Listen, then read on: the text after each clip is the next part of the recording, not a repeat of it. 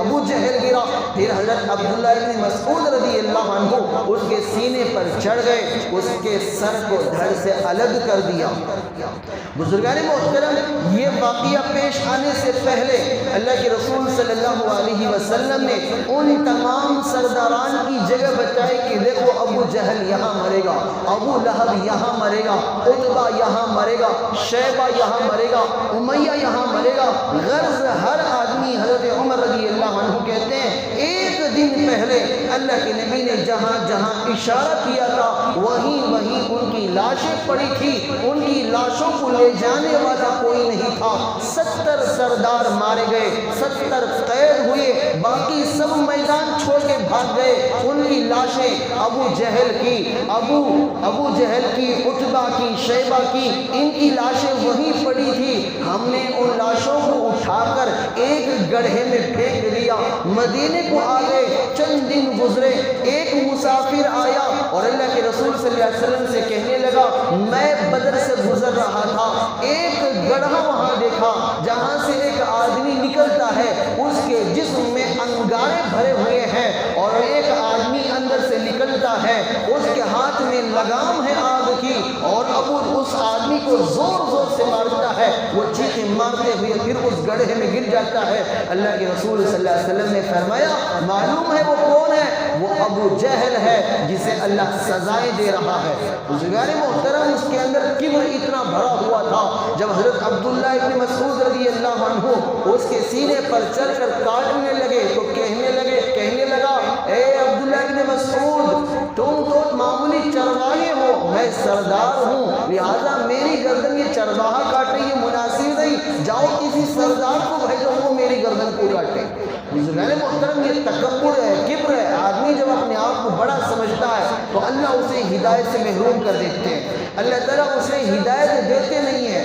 حضرت عبداللہ بن مسعود رضی اللہ عنہ نے ایک مکہ جڑا اور پھر اس کے سر کو کاٹنے کے لیے جب تلوار اٹھائی تو کہنے لگا کہ تلوار سے جب میرا سر کاٹو تو تھوڑا نیچے سے کاٹنا، کندھے سے کاٹنا، تاکہ تمام لوگوں کے سر رکھے جائیں، میرا سر بھی رکھا جائے تو لوگوں کو معلوم ہو کہ یہ ابو جہل سردار کا سر ہے، ایسا نہ ہو کہ سب کے سروں کے برابر میرا بھی سر ہو بلکہ اونچا نظر آئے۔ یہ کبر تھا اندر کے اندر، جو تکبر بھرا ہوا تھا، اس کی نحوست تھی کہ اللہ کے رسول کا چاچا ہونے کے باوجود اسے ہدایت نہیں ملی۔ جس خاندان میں اللہ کے رسول پیدا ہوئے اس خاندان کا تھا، لیکن اس کا نصیب دیکھیے اللہ کے رسول کے ہاتھ پر ایمان قبول کرتا تو شاید آج ہم بھی اسے رضی اللہ عنہ کہتے، لیکن اس کی نحوست، اس کی بد نصیبی کہ اللہ کے رسول کے خاندان میں ہونے کے باوجود اللہ نے اسے ایمان کی دولت سے نہیں نوازا۔ اس کے بعد میرے بھائی و عزیزوں، یہ جنگی معرکہ شروع ہوا۔ پھر اللہ کے رسول صلی اللہ علیہ وسلم نے حضرات صحابہ سے کہا تھا کہ اللہ کی مدد تمہارے لیے اترے گی، تو اللہ فرماتے ہیں وَلَقَدْ نَصَرَكُمُ اللَّهُ بِبَدْرٍ وَأَنْتُمْ أَذِلَّةٌ فَاتَّقُوا اللَّهَ لَعَلَّكُمْ تَشْكُرُونَ إِذْ تَقُولُ لِلْمُؤْمِنِينَ أَلَنْ يَكْفِيَكُمْ أَنْ يُمِدَّكُمْ رَبُّكُمْ بِثَلَاثَةِ آلَافٍ مِنَ الْمَلَائِكَةِ مُنْزِلِينَ۔ پہلے 3000 کا لشکر حضرات صحابہ کی مدد کے لیے فرشتوں کا اترا۔ جب حضرات صحابہ کا ایمان پرجوش ہوا، میدان میں اور آگے بڑھے تو اللہ نے ان کی ہمت افزائی کے لیے، ان کی عزت افزائی کے لیے اور 5000 فرشتوں کا لشکر اترا۔ پھر میرے بھائی و عزیزوں، ساری دنیا نے دیکھا کہ 313 جو ننگے بدن تھے، ننگے پیر تھے، ٹوٹی تلواریں تھیں، سواریاں ان کے پاس نہیں تھی، لیکن حق کے حمایتی تھے، اللہ کے ساتھ، اس کے رسول کے ساتھ وفادار تھے، حق کا بول بالا کرنے والے تھے، نماز کی پابندی کرنے والے تھے، دعاؤں کا اہتمام کرنے والے تھے۔ اللہ نے ان معمولی لوگوں کو اس لشکر پر جو سارے مکے کو ناز تھا کہ ہم لوٹیں گے تو فتح یاب ہو کے لوٹیں گے، اللہ نے انہیں شکست دے کر دنیا کے لیے، رہتی دنیا کے لیے بتا دیا کہ اللہ ظاہری اسباب کا محتاج نہیں ہے۔ اللہ جس کی حمایت کر دے، چاہے وہ اسبابی اعتبار سے نہتا ہو، اللہ تبارک و تعالیٰ اس کی مدد کریں گے۔ اب یہ 313 جو صحابہ تھے، اس 313 کے عدد میں بھی بڑی جان ہے۔ میں نے واقعہ آپ کو سنایا تھا جالوت اور طالوت کا۔ حضرت داؤد علیہ السلام طالوت بادشاہ کے ساتھ نکلے تھے تو جالوت جو زبردست بادشاہ تھا اس کا مقابلہ کرنے والے بھی 313 تھے، جنگ بدر میں بھی 313 رہے۔ اب آئندہ امام مہدی آئیں گے، خانہ کعبہ میں حجر اسود اور مقام ابراہیم کے درمیان حضرت مہدی کے ہاتھ پر بیعت ہوگی، اس بیعت میں جان و مال اللہ کی راہ پر قربان کرنے کے لیے، اللہ کے کلمے کو بلند کرنے کے لیے وعدے لیے جائیں گے، اس وعدہ لینے والی جماعت بھی 313 کی ہوگی۔ اللہ تعالیٰ ہم سب کو ان 313 میں شامل کر دے۔ میرے بھائیوں، امام مہدی جب آئیں گے اس وقت کا ماحول بھی یہی ہوگا۔ ان قریب اکابر علماء کا کہنا ہے کہ چند سال باقی ہیں امام مہدی ظاہر ہوں گے، اس وقت انسانوں کے دلوں سے ایمان ایسے ظاہر ہوگا جیسے کانچ کے گلاس میں پانی نظر آتا ہے۔ تمہارے دلوں کو، ہمارے دلوں کے اندر موجود ایمان کو امام مہدی ایسے دیکھیں گے جیسے کانچ کے گلاس میں پانی رہتا ہے۔ پانی کتنا ہے انسان معلوم کر لیتا ہے، اسی طرح ہر ایک کا جانچ ہوگی، اس وقت جانچ میں پتہ چل جائے گا کہ کون کتنا ایمان میں کھڑا ہے، کون کتنا کھوٹا ہے۔ لہٰذا اپنے ایمان کو بچانے کی فکریں کرو۔ مسلمانوں یاد رکھو، اگر ہمارا مسلمان آدمی غلط کرتا ہے کسی غیر کے ساتھ، اسلام یہ تعلیم دیتی ہے اس غیر کے ساتھ کھڑے ہو جاؤ مسلمان کے خلاف۔ یہ اسلام کی تعلیم ہے۔ کسی کو مسلمان ہونے کی وجہ سے سپورٹ نہیں ملے گا، اس کے حق اور صحیح ہونے پر سپورٹ ملے گا۔ اسلام کی تعلیم یہ ہے کہ اگر مسلمان غلط ہے اور غیر حق پر ہے تو پھر اللہ تعالیٰ کہتے ہیں کہ تم مسلمان کو چھوڑ کر حق کا ساتھ دو۔ اللہ کے رسول صلی اللہ علیہ وسلم کے زمانے میں حضرت عمر رضی اللہ عنہ کے پاس ایک کیس آیا، ایک یہودی اور ایک منافق مسلمان ظاہری، وہ ایک بات لے کر حضرت عمر کے پاس پہنچے۔ عمر رضی اللہ عنہ کے پاس پہنچنے سے پہلے وہ اللہ کے رسول کے پاس پہنچے۔ یہودی کے دل میں خیال تھا میں یہودی ہوں، اللہ کے رسول میرے حق میں فیصلہ نہیں کریں گے۔ مسلمان یہ سوچتا تھا جو حقیقت میں منافق تھا، میں ظاہری مسلمان ہوں، مسلمان ہونے کی وجہ سے اللہ کے رسول میرے حق میں فیصلہ کریں گے۔ یہودی اور منافق دونوں پہنچے اللہ کے رسول کے پاس، کیس دائر کیا۔ اللہ کے رسول صلی اللہ علیہ وسلم نے انصاف کے دامن کو تھام کر یہودی کے حق میں فیصلہ کیا، مسلمان کو کہا کہ تو ناحق پر ہے۔ اور اس کے بعد یہ منافق اس یہودی کو لے کر پہنچا حضرت عمر کے پاس، کہنے لگا کہ دیکھو یہ میرا حق ہے، یہودی کا حق نہیں ہے۔ یہ بات چل ہی رہی تھی، یہودی نے کہا کہ ہم اللہ کے رسول کے پاس پہنچے تھے، اللہ کے رسول نے میرے حق میں فیصلہ کر دیا تھا، یہ سننا تھا۔ حضرت عمر گئے، تھوڑی دیر ٹھہرو فیصلہ کروں گا۔ اندر گئے، تلوار لائی، اس مسلمان کی جو حقیقت میں منافق تھا گردن اتار دی، کہا کہ جو اللہ اس کے رسول کے احکامات سے راضی نہیں اس کے بارے میں میرا فیصلہ یہی ہے۔